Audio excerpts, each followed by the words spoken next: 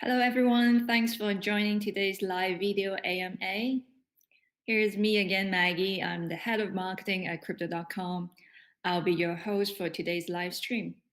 Joining us is Nate Hindman, head of growth at Bancor Protocol. Bancor is an on-chain liquidity protocol that enables automated decentralized exchange on Ethereum and across blockchains. They have recently launched the version 2 protocol, which aiming to address a couple of fundamental issues that we have been witnessing on decentralized exchange. So it's really nice to get Nate here today to help us understand a little bit more about the project itself and the recent developments. Earlier this week, we have collected a lot of questions from the community. Nate and Bancor team has selected about 20 or so to address today. If your question has been addressed, that means you have won a share of 150 Bancor network token as the prize, and is going to be distributed directly to your crypto.com app account within 2 weeks or so. So now, without further ado, let's welcome Nate. Really nice to have you here, Nate. Yeah, thanks for having me, Maggie. Great to be here. Before we dive in to get to all those questions, would you like to give us a quick introduction about yourself and the project? Yeah, sure. So my name is Nate. I run growth at Bancor Protocol. Bancor, as you said, is a specific type of decentralized exchange that is based on automated market maker liquidity pools. So most exchanges in the past have been based off of order books, where it's a buyer and seller, and the exchange is connecting a buyer and seller. Whereas when you have an exchange that's based off of automated market makers or liquidity pools, the traders are trading directly against smart contracts and smart contract code. And the real innovation of this is any user can provide liquidity to the exchange, whereas most order book based exchanges are only accessible to professional market makers. AMM based exchanges, any user can just store or stake their liquidity inside one of these market makers and generate fees off of trade volume on the exchange. And then I guess lastly, where Bancor really differentiates itself from other AMM or automated market maker based exchanges, such as Uniswap or Balancer, is Bancor allows you to stay long on your token. So you can choose your exposure to a specific token inside the AMM. So as opposed to, say, providing Link and ETH to a liquidity pool, you could just provide Link and stay 100% long on the token. And Bancor also protects you against a sort of nasty little problem in the AMM world called impermanent loss. So it's less friction. There's less friction in providing liquidity, and there's also less risk. You're not exposed to impermanent loss in Bancor. And I think you're muted, Maggie. Yeah, there you go. There you go. Great introduction. I'm excited to dig a little bit deeper on like how you guys can address the impermanent loss issue with your latest version of AMM. Sure. You have already given a very concise overview of what Bancor is. Let's go straight to the second question, which is about your token. Also, what our community is very interested because we've recently listed your token on our ecosystem. What sort of utilities does the BNT token itself have, and what kind of incentives or stream of revenues can the BNT token holders get to have? Yeah, so BNT really is what distinguishes Bancor from other AMM-based protocols like Uniswap or Balancer, and that is in each liquidity pool on Bancor, BNT is used as the common reserve asset in that pool. So if you have a Link liquidity pool, it's paired with BNT. If you have a REN or CRO liquidity pool, each of these liquidity pools is built with BNT as the counterparty asset. So every trade in the network is processed through BNT. And that means that really half of the liquidity in each pool is either provided by BNT holders who are seeking yield on their BNT and want to stake in those pools, or it's being provided by the protocol, which sort of takes BNT and co-invests it in those pools. So that's its kind of utility as an intermediary asset. And when the protocol takes BNT and invests it on the other side of these pools, it generates a stream of revenue. So let's say, as a liquidity provider, I want to provide Link to a pool. I provide an amount of Link, and then the protocol will match the other side of the pool in BNT. And as our fees are being generated through those pools, the BNT that the protocol has provided is generating fees. And that's sort of this stream of revenue that accrues in the value, because when these fees are burned, they essentially act as buybacks that reduce the overall supply of BNT. And I guess the last real utility of the BNT token is that if you stake it inside a pool, in a liquidity pool, you get fees, and you also get something called VBNT, which is Bancor's governance token. And so you need to be providing BNT to a liquidity pool to get that governance token. And then you can use the governance token to vote on upgrades to the network and the protocol, and also to do things like whitelist certain tokens on the pool. All governance members can vote on this sort of token whitelist that gives liquidity pools certain features in the network. So in a way, I guess the what a critical role that BNT plays is the fundamental difference between, say, Uniswap, right? And then we see a lot of traction that's been generated through Uniswap in the last quarter or so. Like as a new user getting into the AMA market, decentralized exchange, what would be your advice for them to evaluate between a platform that would rely on their own tokens like Bancor versus Uniswap, and what would be your like immediate advice for new ones who are getting into this market? Definitely, and I think that's a really important question and something you need to understand. I'm looking at a Uniswap pool, or I'm looking at a Bancor pool. Like, really, what's the difference? As, let's say, a liquidity provider who wants to generate revenue, or let's call it APY, which is annual percentage yield. And that's what really everyone in DeFi is after, right? They want to generate interest on their tokens. So within Bancor, well, let's take Uniswap because it might be something some people are more familiar with. When you're providing liquidity to Uniswap, you have to provide liquidity in at least, well, actually two tokens, right? So when Uniswap usually uses USDC or ETH as the sort of connector token in its pool. So if I want to provide liquidity to the Link token in Uniswap, I have to provide it in half of Link and half of ETH, or half of Link and half of whatever is paired in that pool. So I have to split my token holdings.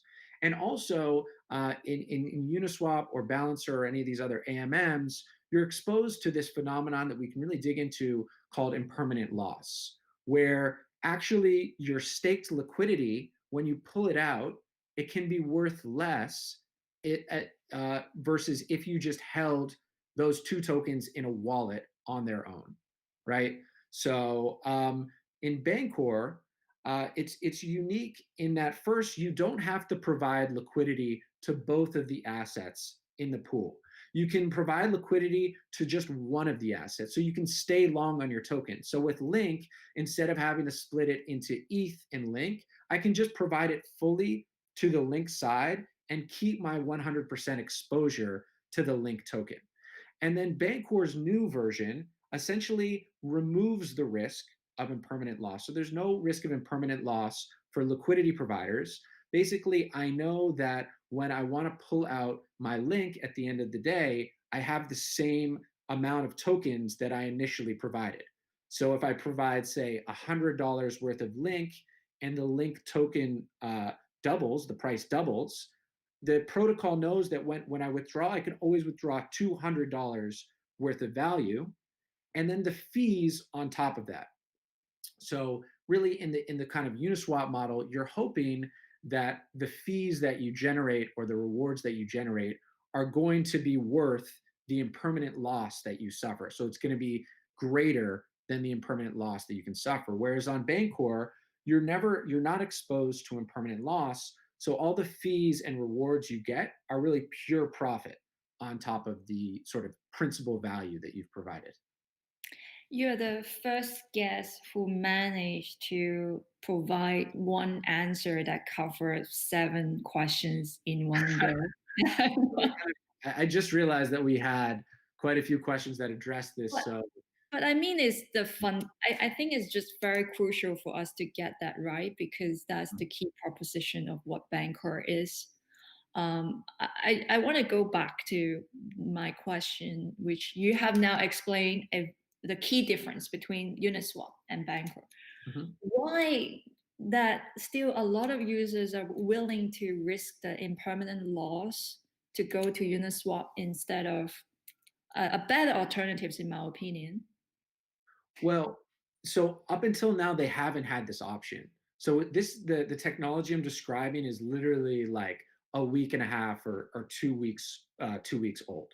So previously on Bancor, if you wanted to provide liquidity to a pair, let's say the Link pair again, you would have to provide half of it in BNT and half of it in Link.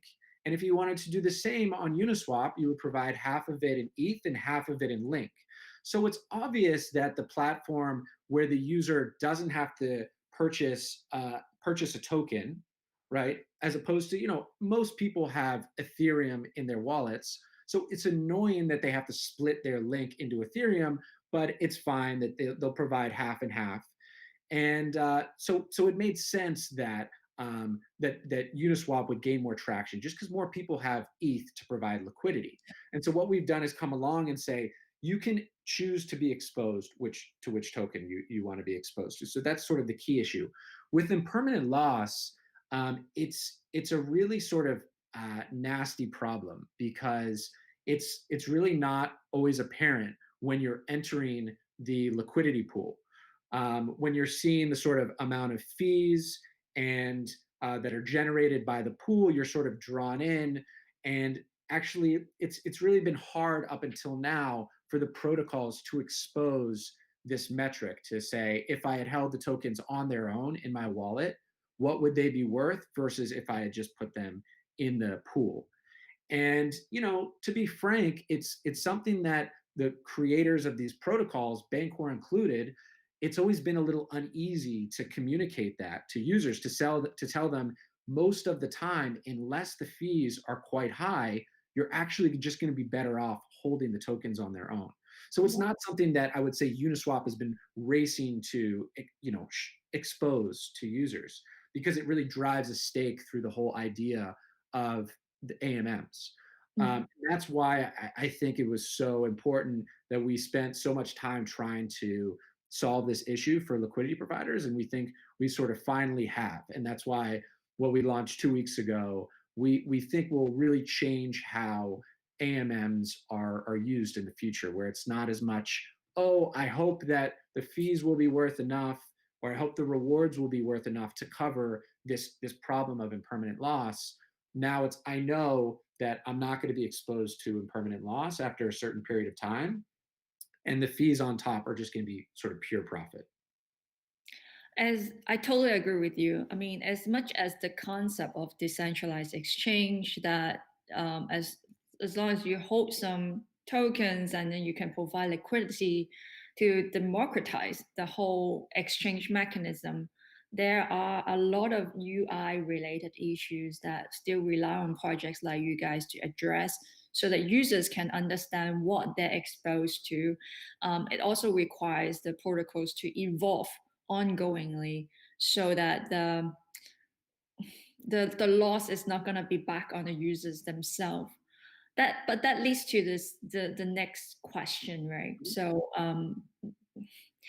there are a lot of really advanced users and traders on both the centralized and decentralized of exchange. And then on the decentralized side, a lot of people are doing arbitrage. It's an ongoing issue. There's a lot of debate, a lot of controversy on that. What is the position that Bancor stands? Is it something that you guys talk about or you try to avoid? Is it something that you believe that the latest version of your protocol has managed to address some of the issues that you see stemming out of this?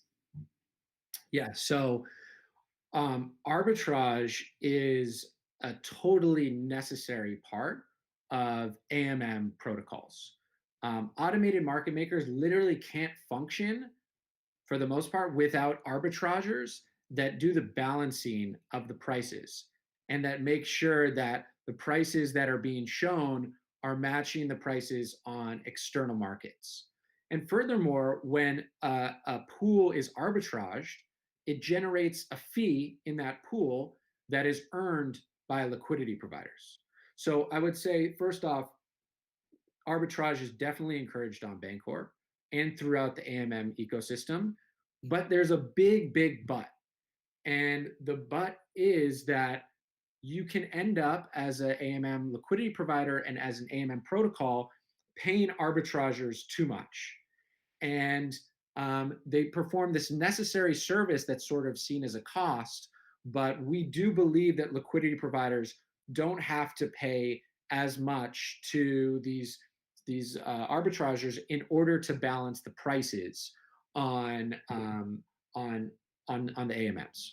So I would guess I think it's too strong to call them a necessary evil, but it's kind of like, I'm thinking they are totally necessary to AMMs, but you just don't have to pay them as much. And really, the reason impermanent loss occurs is because you pay arbitrageurs too much. The money that is being really generated in many times by balancing out these pools, because it's quite lucrative for them, is really just going to them. And the liquidity providers need to be should be earning more, and more should be going to them because they're taking on this sort of greater risk. So that's definitely something that's like heavily in sort of research. Like, how do we not pay arbitrageurs as much, but still ensure that AMM pools are efficient and updating and reflecting the external market prices as soon as possible, and not offering offering bad prices. There's all sorts of very interesting research to be done there and how to pay arbitrageurs less. Effectively, what we've done to really remove the risk of impermanent loss that is caused by arbitrageurs is we've effectively said with our protocol, what happens if you distribute the risk of impermanent loss across a wide array of pools? So it's not just one pool that's suffering impermanent loss, and we can discuss the sort of the things that really cause it. But we're saying, as a protocol, if we can somehow socialize the loss so that the Bancor protocol is both taking on the risk of impermanent loss, but also able to benefit from the reward, and that is these fees. And if on a sort of network-wide basis, if the fees are greater than the cost of impermanent loss, then it means that the protocol is profitable in taking on this risk of impermanent loss. So what we've done is we've shifted the risk of impermanent loss from liquidity providers to the Bancor protocol. And this is what V2.1 is all about, is this risk-taking mechanism and how it can generate tons of actual revenue for the protocol as well through these sort of protocol co-investments that are made on each pool.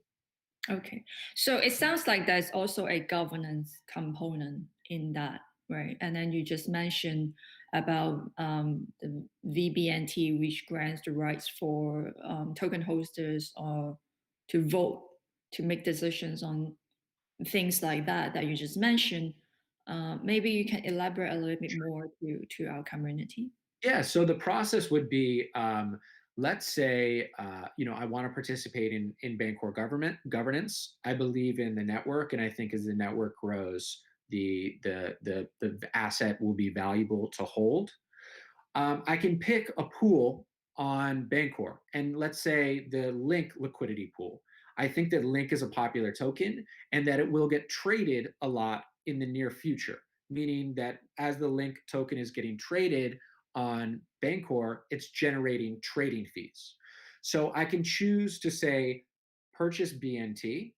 I can stake that BNT inside the Link liquidity pool. So I'll be generating 50% of all the fees that are generated on the Link liquidity pool as a BNT liquidity provider to that pool. And when I stake my BNT in there, I receive VBNT, which really represents my ownership of the Link liquidity pool and of the fees that are generated there. And so then I can use this VBNT as its sort of accruing value from these trading fees, can also use it to vote on changes to the Bancor protocol, so protocol upgrades. And also a real key part of our governance is something called the V2.1 whitelist. And that are the tokens or the pools within that whitelist. These are the pools that are eligible for impermanent loss protection or impermanent loss insurance, and also where liquidity providers can have single asset exposure, those two key features.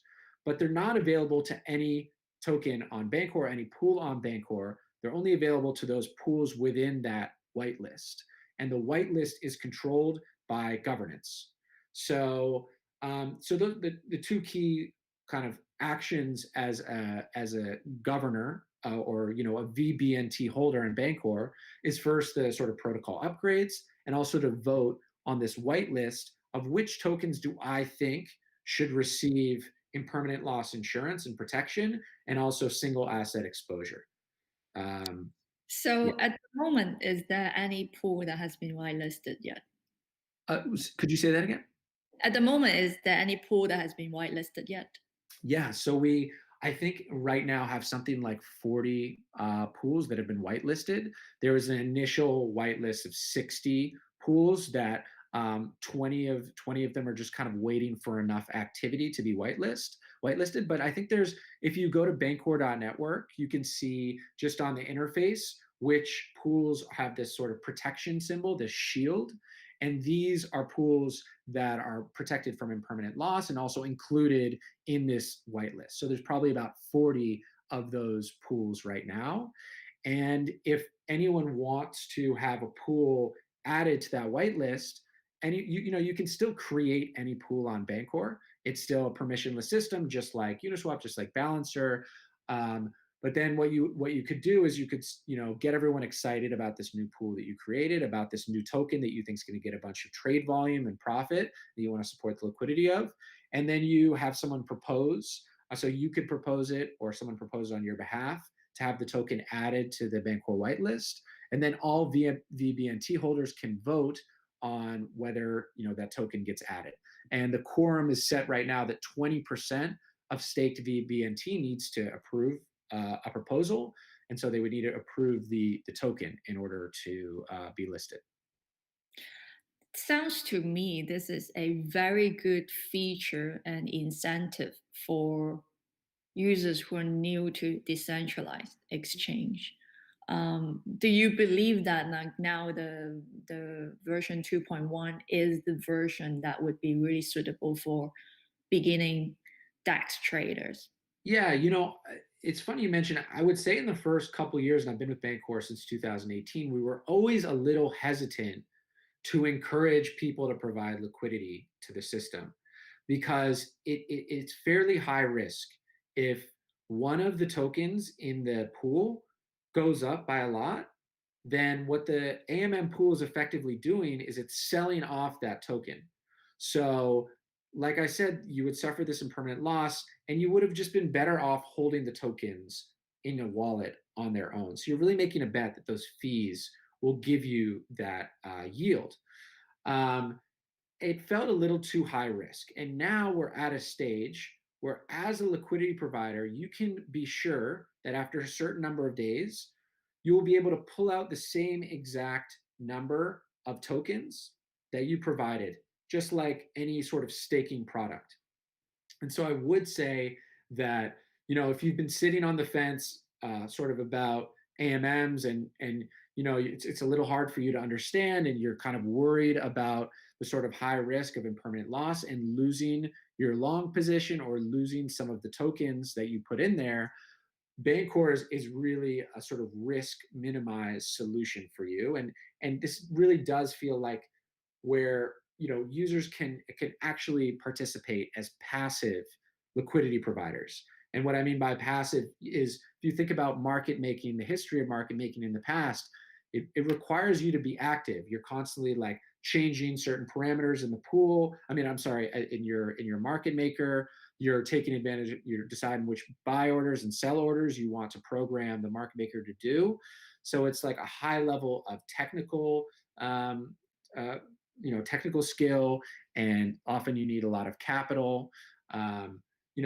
Phase two, so really with AMMs, is we had this promise of, just you have your tokens in your wallet, just stake them in this contract. You don't need to do any manual market making. It's just your passive. We called it like lazy liquidity. You can just be lazy and like leave it there, right? The contract will do the buying and selling for you, and it's all on chain. You can monitor it.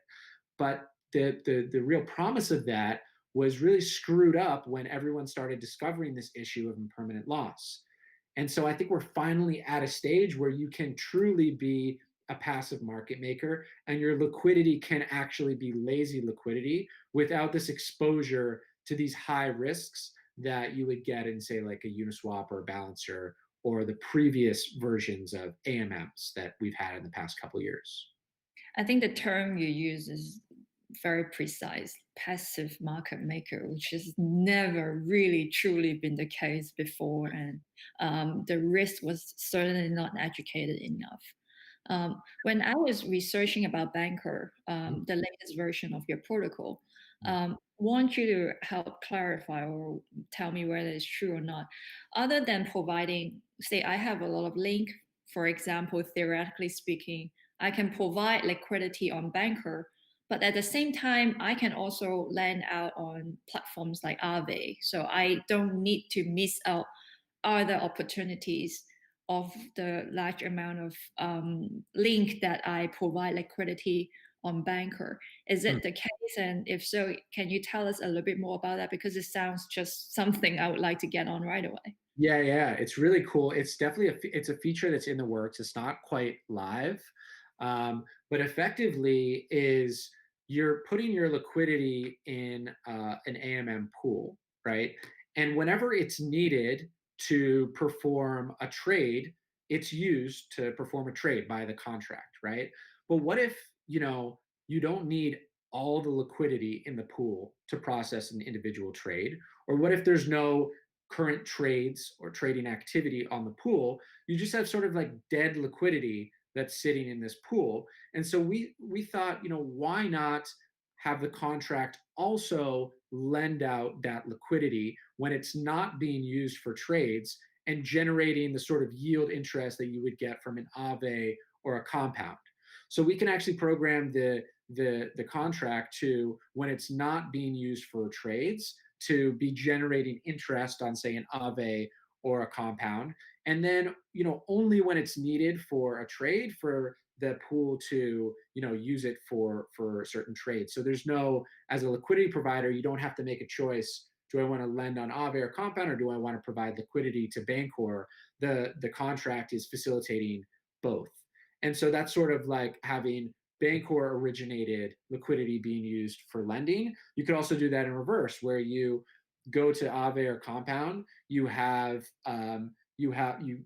lend liquidity, you generate A tokens, and then you can create a pool on Bancor where that uses A tokens, and that when it wants to process trades that are not A token trades, so say you have A link and A BNT, it can unwrap the A link into actual link to fulfill these trades, or unwrap the ABNT into, and I'm referring to Aave tokens, into BNT to fulfill the trades. So it really starts with the liquidity pool being able to wrap and unwrap between lent out assets and sort of like the raw assets that are used to fulfill trades. This Does is that fascinating. I bet that there's a lot of integration work that you guys are undergoing with platforms like Compound and Aave at the moment, right? Definitely, yeah. It's something we're working on, and the real key is to allow for it to happen without a huge amount of gas. So to really have a gas minimized approach, because the wrapping and unwrapping can get fairly heavy. So to really have really strong contracts to minimize the gas usage on those operations. Okay, great. So far we talked about how the version 2 has addressed impermanent loss. You don't need to provide tokens on both sides of a pool, and also features like integrating with lending platform like Aave and Compound.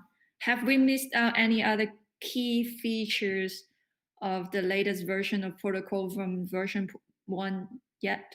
Yeah, I mean, I think what's also kind of interesting about the version, and something that a feature we're sort of really starting to realize now, is that um, what we've done is we've allowed the protocol to co-invest in pools, right? So when I bring my link to a pool, like you said, you don't have to provide the other side, because the protocol is providing the BNT for the other side, the same exact value.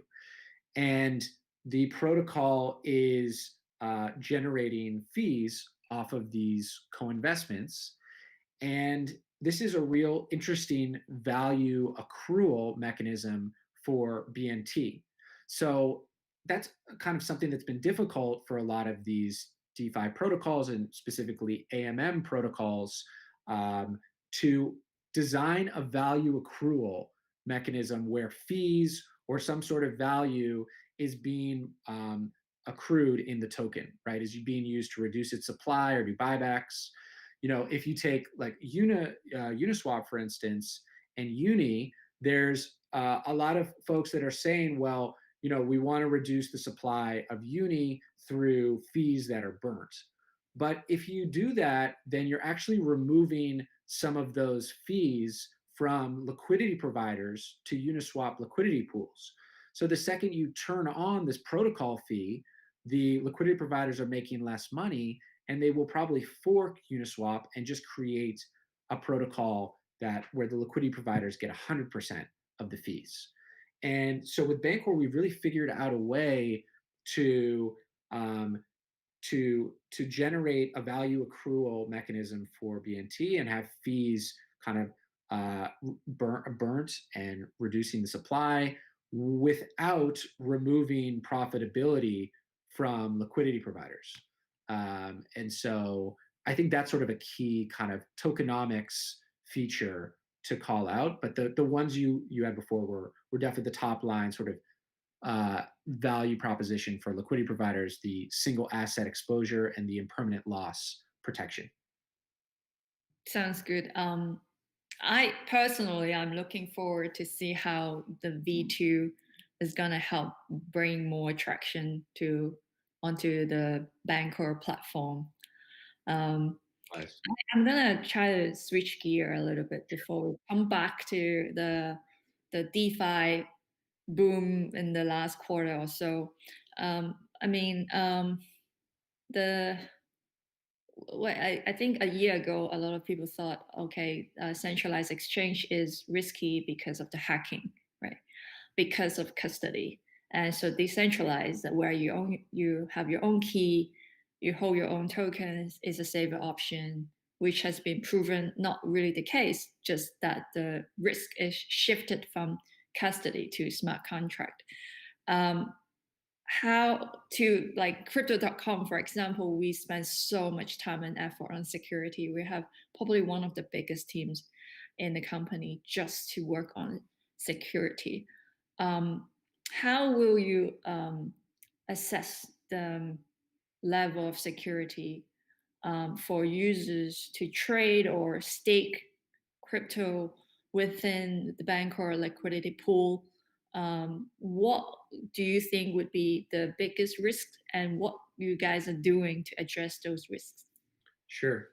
So you mentioned that with decentralized exchange, there was a sort of shift of custody, where there's a central entity that has custody of your assets, and in a decentralized exchange that has shifted to smart contracts, which I just want to be clear. So as a trader using a decentralized exchange, you're never giving up custody, or you're never having to, at least in AMM based exchanges, as a trader, you're never having to put your assets anywhere.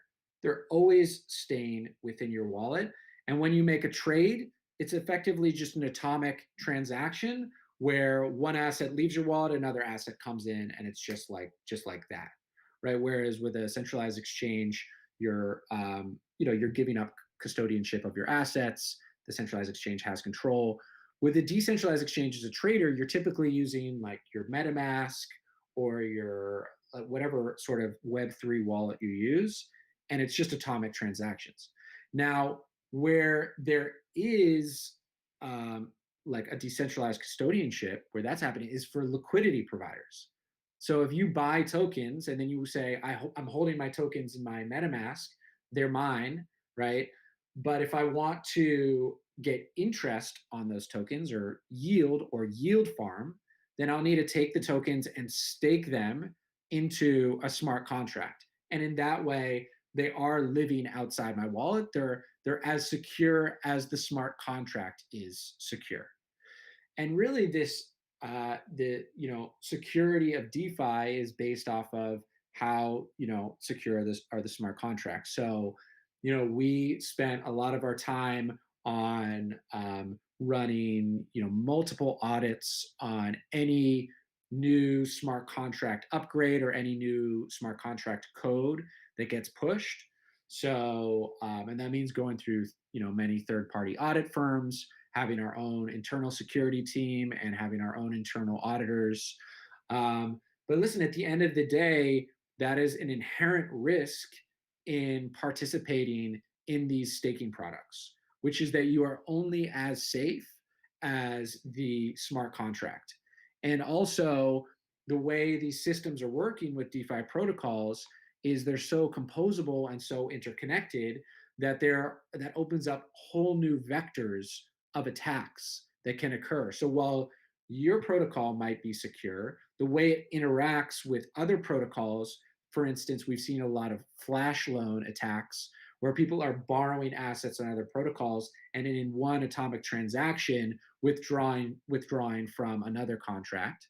So that opens up a whole new side of security that you really need to worry about with composability. So it's both an amazing thing that, if I wanted to switch my assets from one centralized exchange to another, it's pretty tough. You can't just, it's not just a plug and play thing, right? There'd have to be a waiting period where I could withdraw my assets.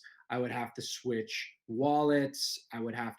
Whereas in DeFi protocols, you're usually using your MetaMask or some other Web3 wallet that you can easily just plug into, just like Facebook login or just like any sort of login system. You can plug them right into different DeFi protocols. So this composability is amazing. It's why it's been able to grow so fast. But at the same time, the dark side of composability is it can also open up a new vector of attacks. And so really it just comes down to how good are your audits, how good is your security team, and also having proper insurance in place. So there's third-party insurance providers like Nexus Mutual, where you could take out, I want to stake my liquidity on Bancor. I'm also going to take out some smart contract protection such that if there is a hack on the smart contract, I will be reimbursed by Nexus.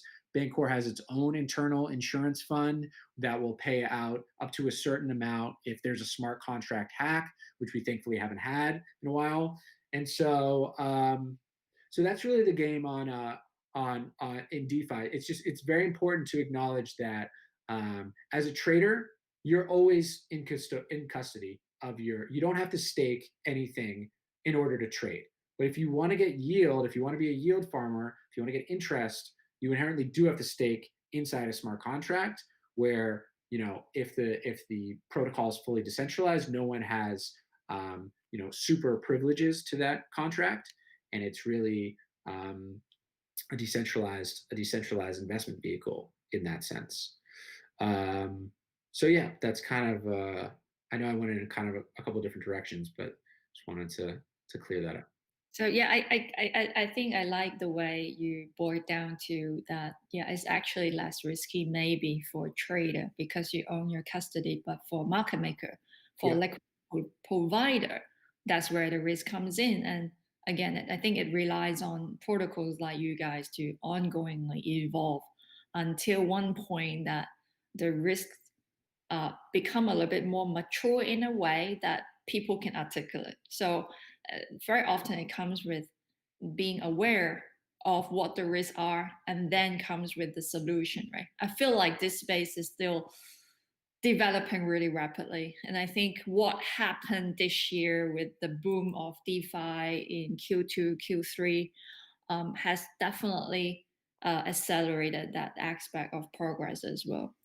It has died down a little bit timing wise for you guys to launch V2 is a little bit in a interesting way.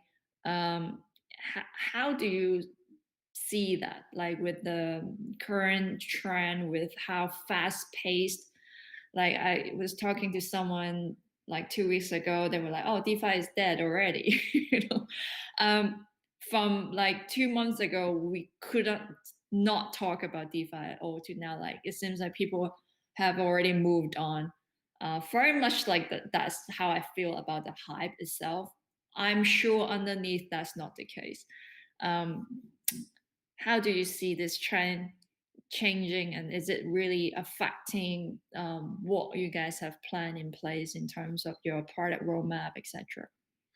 Yeah, well, I think it's actually come at a sort of fortuitous time for us. Like it's actually kind of good timing because what you effectively saw happen was, and I would say the yield farming craze was really based around AMMs.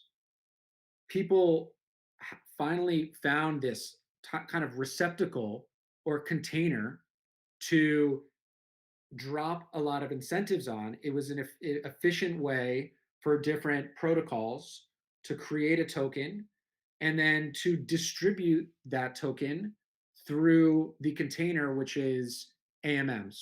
Um, and effectively, that is what fueled, I think, the DeFi summer, right, of 2022, which was just crazy. It was like we would see these smart contracts deployed by an anonymous team, and then within 24 hours, there's over $500 million in there, and everyone effectively, from became like, instead of a hodler, became like a staker. And it's all these people that were used to be like buying tokens in order to see like an immediate price growth. They realized, oh, I can take existing tokens out of my wallet and put them in something, or I can buy a new token and put it in something and just generate really crazy interest off it in a short period of time. And we, protocols effectively learned how to just dump incentives on it. It's kind of like if you think of a liquidity pool as like actual container of water, we learned how to point a hose at the container and have everyone just jump in there and farm and farm and farm. But what we really didn't solve, and what went missing, is that there was a leakage problem, that there's actually this impermanent loss that can occur, that the APY, or the yield that you see coming in, is not what you get when you pull out. It's way less. You might not even have made, you might make a little bit of money, or you might actually lose money. And I think it's actually worth covering those sort of key risks when you decide you want to be a yield farmer in one of these pools. So you should realize that the APY you see is, in many ways, can be very misleading, right? It's based off of how it's usually calculated is they take the amount of fees that have been generated by the AMM in the past 24 hours. So that then they'll annualize it, so multiply it by 365, or if you take the past 7 days of fees, multiply it by 52, or if it's a month of fees, multiply it by 12. And then they'll take this aggregate annualized number of fees, and you'll divide it by the liquidity in the pool. And if you think about it, you're like, okay, that's sort of, I guess, how you calculate APR, APY, but that has some seriously flawed assumptions in it. And one, it's that the amount of fees or the amount of rewards that are going to be dumped on the pool are going to stay the same for a year, which in many cases is just not feasible for DeFi protocols to drop this much rewards on a pool for an entire year. It just inflates their token and can harm the token. Another is that the principal value that you stake in this pool, or that is staked in the pool, remains constant and is not subject to now what we know is this huge risk of impermanent loss, that whereas this value and the liquidity is actually reduced. So the sort of yield farming craze was a mixture of really kind of bad analytics, of also protocols discovering that they can do this yield farming, and which is actually an incredibly crucial and important strategy that I think will continue. But now people have this sort of yield farming hangover, where they're like, okay, that was interesting, but when I pulled out my tokens, I got hit with an impermanent loss. The asset that I was farming was actually dumped by most people that farm it. So by the time I pulled out my asset, the asset was worth way less. So the APY that was built on, it was built on a specific price that the farmed asset would hold. But if everyone's dumping it once they farm it, that price goes down, and the APY that you saw, it's actually way less, right? And so now I think we're actually at a stage, and the reason why I say it's kind of good timing is we figured out a way to enable incentives to be dropped on a pool and enable trading fees to be generated in a pool without this kind of major risk of impermanent loss that led to a lot of yield farmers being like, this is not worth the effort it takes. And if you also think of like what a yield farmer has to do on a day-to-day basis, it's pretty scary stuff. It's very stressful to be a farmer, right? Because you're constantly having to look at your farm and you're having to see, has one of the tokens gone up by a lot? If it has, how much money have I lost through impermanent loss? And also, is the asset that I'm farming like being dumped on the open market, whereas my LP stake is all of a sudden worth kind of way less than what I thought I was generating? And so we've really designed a model where it's reliable for a yield farmer. They don't have to check it every day. They can sort of set it and forget it, and it's not being sort of like inflated by these massive rewards that protocols are dumping on the pools. And if protocols are incentivizing pools, which they are on Bancor, and we see it as a completely amazing innovation, sort of like we've basically invented paid marketing for DeFi protocols. Whereas before they didn't have a way to pay for growth, they now have a way to pay for growth by providing liquidity provider incentives. So we fully feel that it's an innovation that's going to last. But how do you make it affordable for, just like any paid advertising campaign, the amount of business that you bring in has to be greater than the amount that you're spending. Otherwise, you have to shut off that campaign. It's just you're losing money.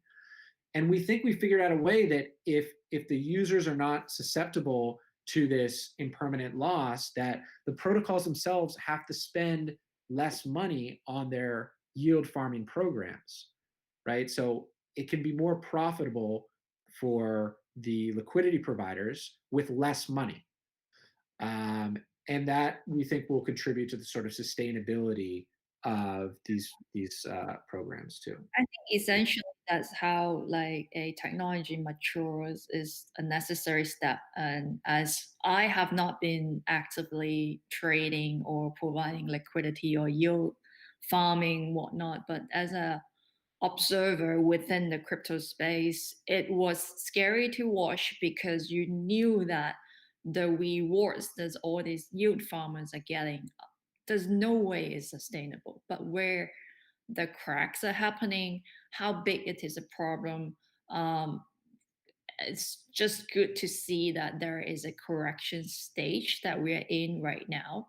But then if we are comparing the total amount locked on DeFi protocols again versus centralized exchange, the overall amount is still relatively small, quite small actually.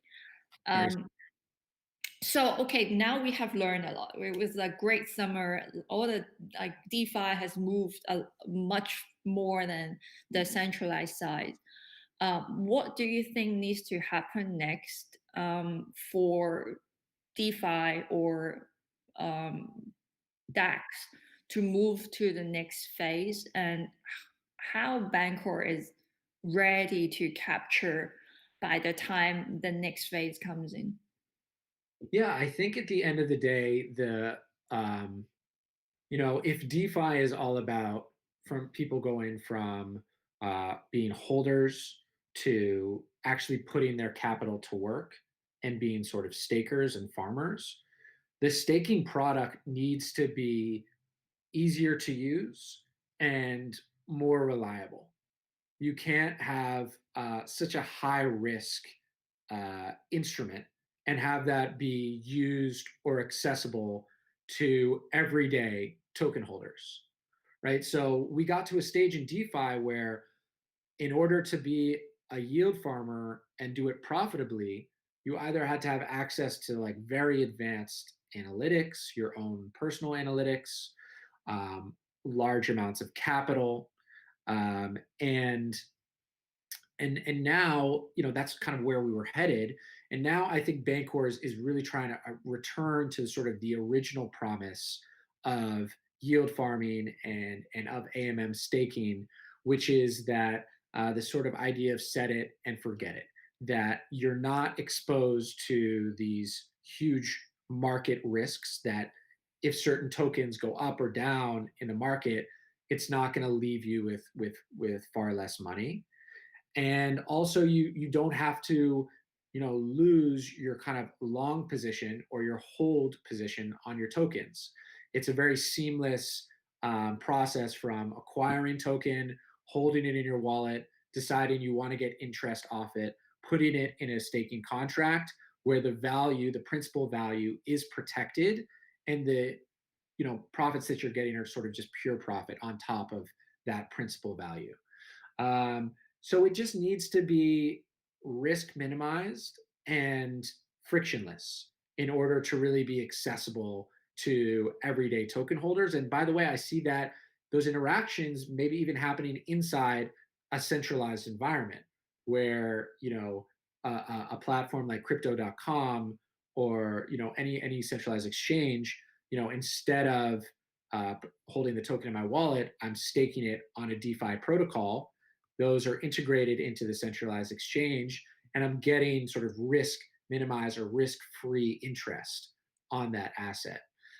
So I think that's where the next phase comes, and I think that will improve the experience not only for the retail users but also for those institutional users who you can't just say put your assets in a contract. If there's some sort of market movement, you could lose those assets. That's just not something you can say to an institution, and that's where Bancor is really stepping in to say, this will be more reliable and deterministic, and you won't have to worry that you're just going to get wrecked because of normal fluctuations in the market. Very well put. Yeah, I think if we scale back to look at the core issues, centralized, decentralized phasing, same sort of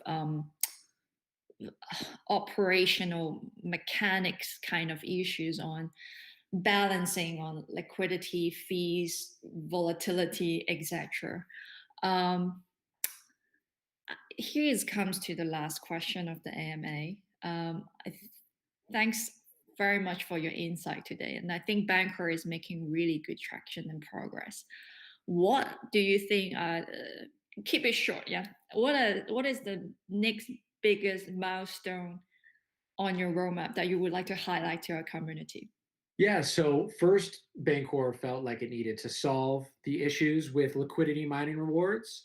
And now that we feel like it's solved, we're launching a liquidity mining rewards campaign of our own, where, really we're encouraging users to come as liquidity providers, stake any token that you're long on, generate BNT rewards off of that.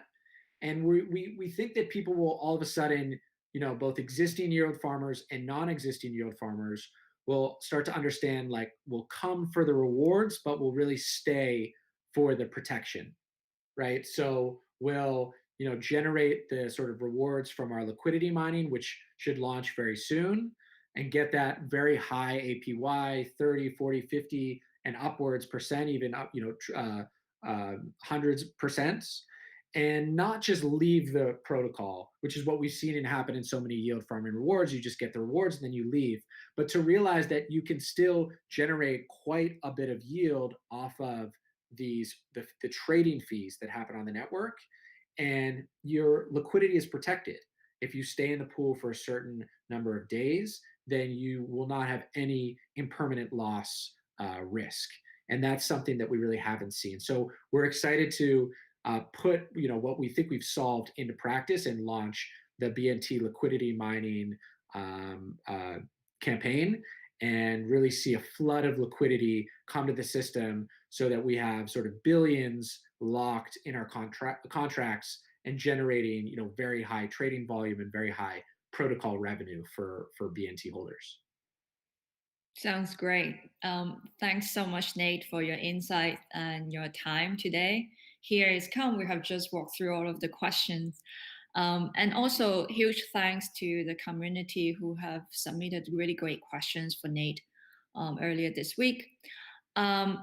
Once again, as a gentle reminder, for if your questions were just addressed by Nate earlier, that means you have won a share of 150 Bancor Network token, and the prize will be distributed directly to your crypto.com app account within 2 weeks or so.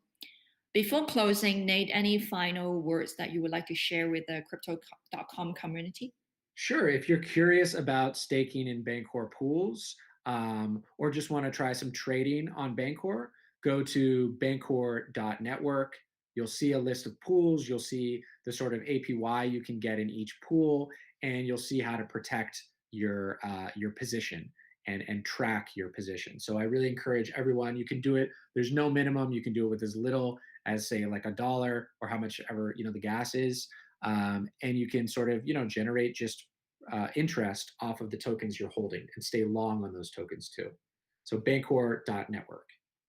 All right. And also, in the meantime, follow Bancor on Twitter, and the handle is Bancor, and crypto.com. The handle is cryptocom to stay informed about upcoming events and updates. Hope to see you soon again and to talk about more of your progress in the near Thank future. you so much. Thanks for all your great questions. It was awesome. Thanks. Thanks. Until next time, everyone.